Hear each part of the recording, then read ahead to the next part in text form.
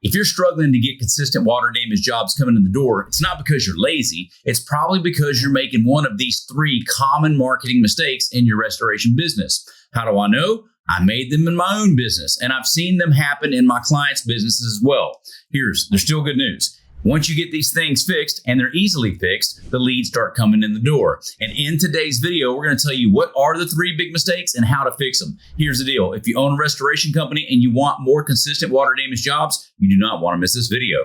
Let's go.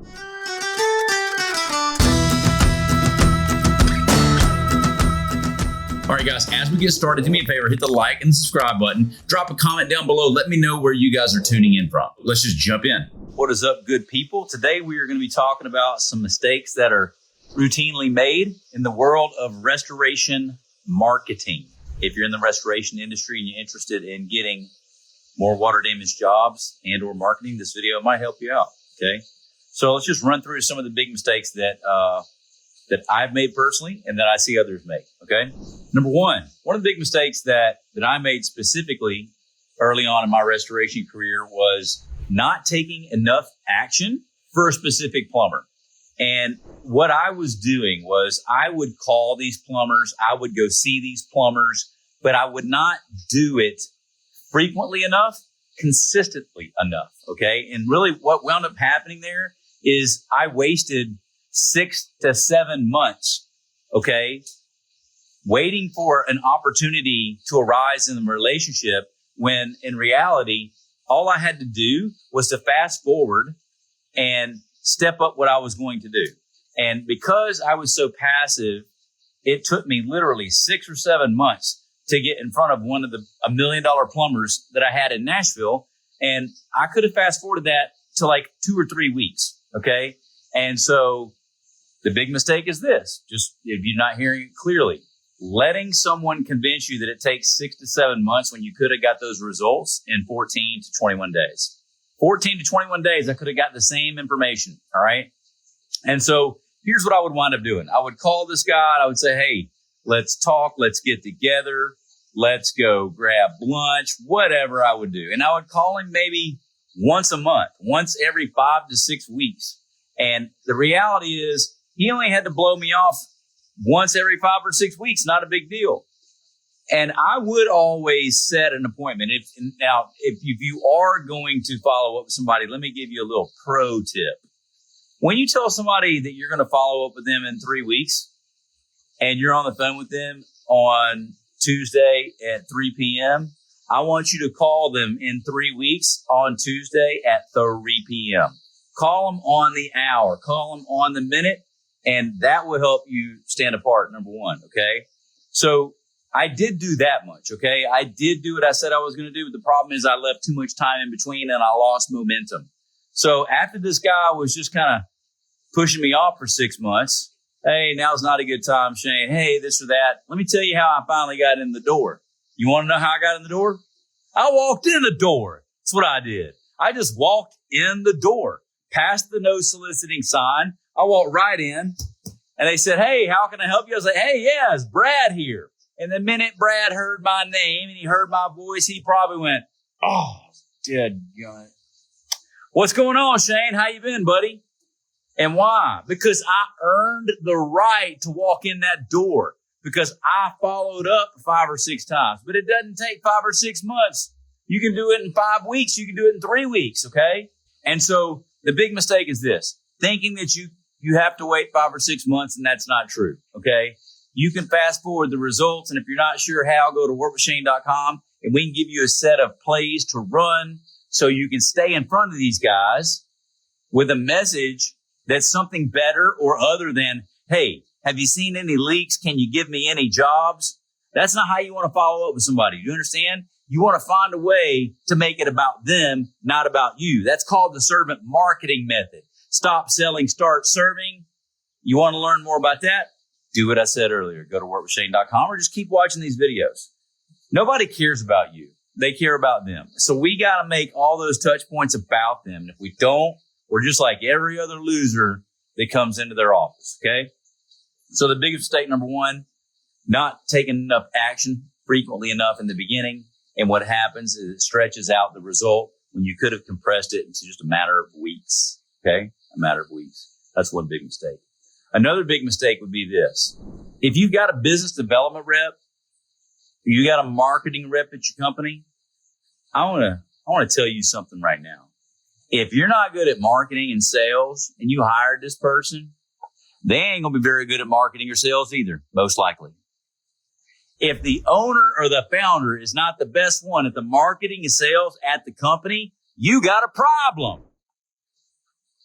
You got a problem. If the owner or founder is not the best person in marketing or sales, you got a problem. If you ain't good at persuasion, you got a problem. If you can't persuade someone to do business with you, you probably can't persuade someone to work for you. You probably can't persuade someone to get into a crawl space. You probably can't persuade someone to take an extra shift on a weekend. You got a persuasion problem. And I'm going to try and persuade you to fix that. Or you probably be a statistic in a new business in 5 years. But can I tell you something?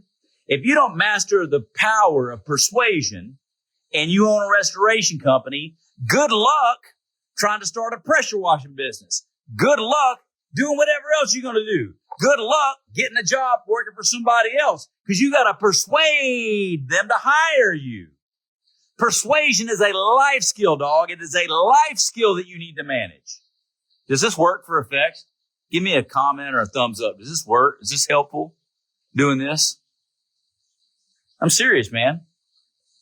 If you think you're going to hire somebody to solve your problems, you are wrong. You're wrong. Ain't nobody going to come save you, bro.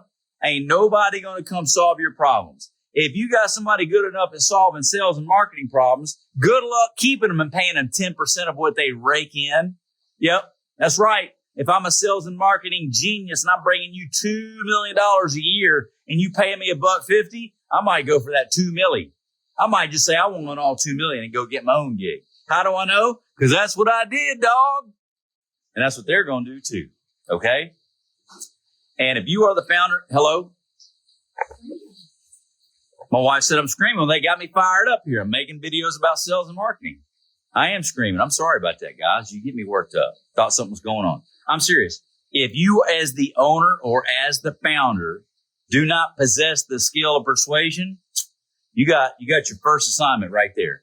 Figure it out because your company will only go as far as your skill set. And that is the most important skill to have, my man. Good luck having employees. Good luck having kids. Good luck with anything. If you can't persuade someone to see things from your perspective or your point of view. Good luck if you can't get them to do what you want or need them to do. Good luck signing the job. Good luck letting the homeowner or convincing the homeowner to let you begin waiting on the adjuster to get there. Good luck keeping that job when the adjuster sends their pet contractor out there. That's all the power of persuasion.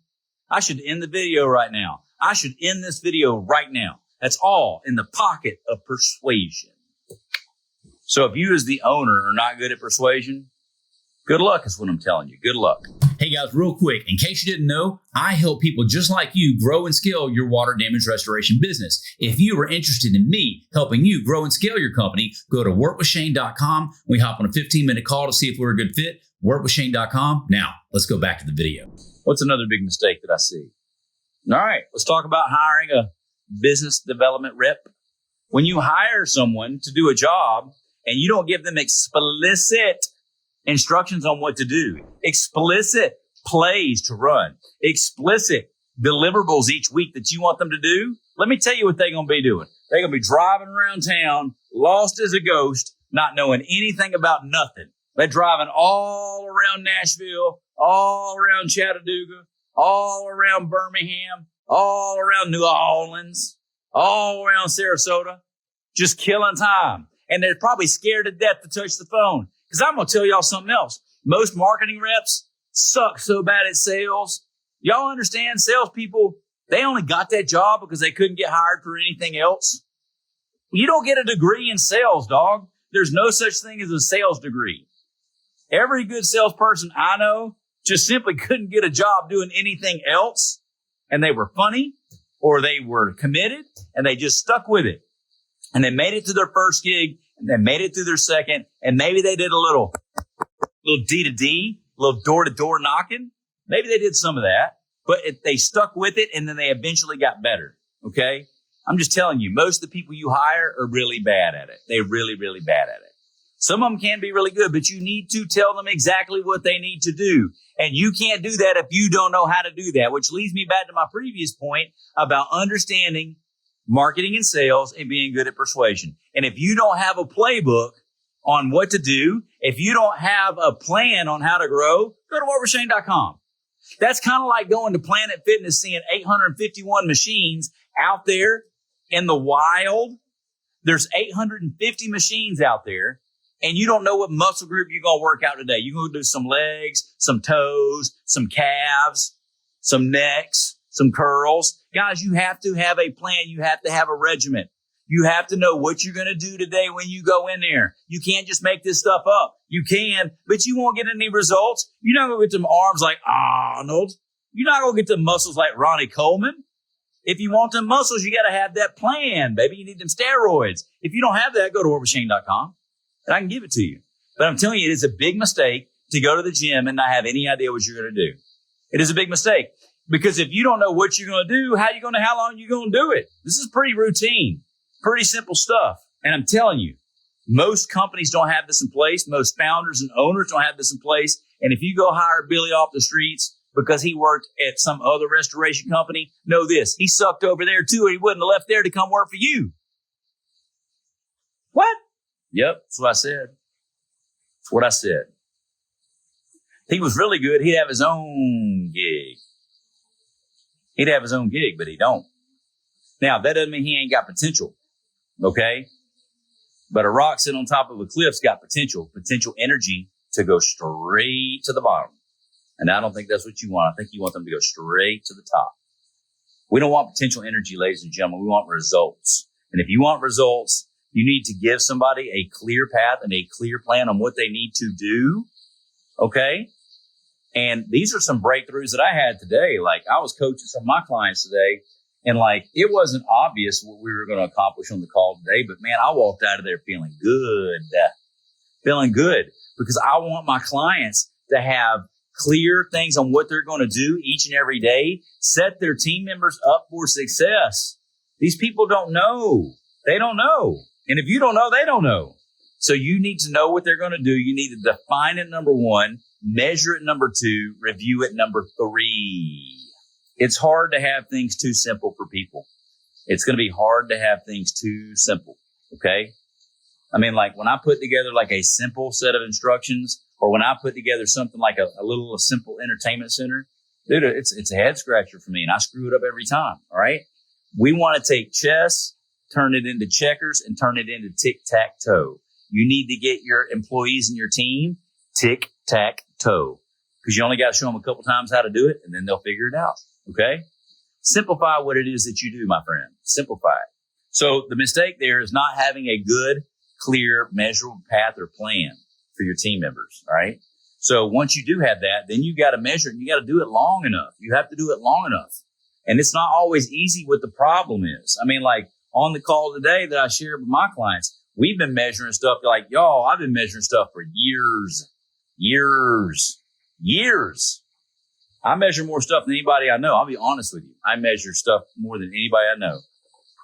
Look at her. She's sitting over there. Why are you shaking your head? Y'all need to tell her to go inside. She's distracting me right now. I'm trying to drop value bombs for my folks out here, and she's over here shaking her head. I'm about to go put her on Facebook. What do y'all think? It's hard to have things too simple for everybody. I promise you, okay? You want to have it measured, and you don't always know what the outcome's going to be. But when it comes to this stuff, when it comes to getting water damage jobs from plumbers, it's not hard to do, man. There are simple things that you need to do. Get in front of them, have good conversations, figure out what do they do when they see leaks now. Do they clean it up and dry it up themselves? Do they refer somebody out? What do? Do they get a referral fee?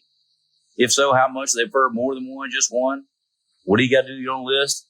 If you guys don't have all this stuff, I got plumber scripts. I got all of this stuff. I have an entire soup to nuts training program. Go to WarWithShane.com. I'll lay it on you. It's very simple. Been doing it for years. I haven't changed this program in years. Okay. And if you don't have this for your reps, you're wasting your money. How much money are you paying them? Are you even paying them the right structure? How long are you going to keep them on board? Do you even have the proper training for them? You probably don't. You probably don't. So these are some of the big mistakes I see in marketing. And the other thing is this. They try to do too much. Rather than trying to do a bunch of route stops and A1, B1, C1, A2, B2, C2, A1, B3, E3, D3, Luxor, Dash. If you have to have a software just to manage your 388 contacts, I will come in there and I will dominate you with 31 people. I will dominate you with 31. 31, vato. 31. Because if you go over 31, you'll go over 62. You'll go over 75. You'll go over 125, over 100, over 200. You have a problem in what it is that you are doing. You have a problem in the application. More targets is not it. Do you want 300 crappy relationships or 7 great ones? I mean, come on, burn. Anybody know what come on, burn means? Come on, burn. That's an old Alabama thing. I think he was from Alabama. But nonetheless, I digress. For real, less is more. Less is more. This goes back to this. Trying to work out too many muscle groups in one day, you can't do it. You got to dedicate some muscle groups, target them, and spend some time on them. Spend some time. Get some data. Get some data. Get some data on that, okay? And it's like this. You want to do that work long enough. You can't do one set of 6, guys. You want to do 3 sets of 10, 4 sets of 12, 3 sets of 8. You want to have a plan. And you want to stick to the plan. And you can't do it for 1 week, dog. You need to do it for 6 weeks. You got to stick with it a little bit. Give it a minute. Let the water get to 212. It's got to boil. And then once it boils, you got to let the egg grow. Let it cook. Okay? You got to let it cook. Listen, I ain't yelling at you. These are things that I did wrong myself for many a years. Okay?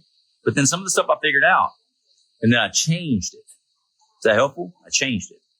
So there's a lot more I could give you right now, but I'm going to be straight up honest with y'all. It's 5:38 and I'm getting hungry and I haven't started cooking dinner yet. And like, I do these lives all the time and I don't ever get a thank you in the comments. If y'all like these, say thank you, keep them coming. If y'all don't, I'm just going to go cook my hamburgers tonight. You know what I'm saying? Got my kids in there.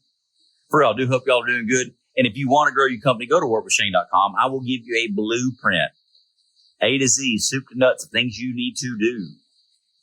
And I'm telling you, you will never make it too simple for your team. You'll never make it too simple for your team.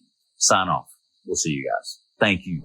Guys, if you didn't already know, the 2 biggest problems you're going to have in owning a restoration company are this. Number 1, getting consistent water damage jobs coming in the door. Number 2, getting paid what you're worth for those water damage jobs. For that reason, I'm addressing both those problems with these videos to my left or right. On one side, it's about getting jobs. On the other side, it's about getting paid. Go over there, click the link. I'll see you in the next video.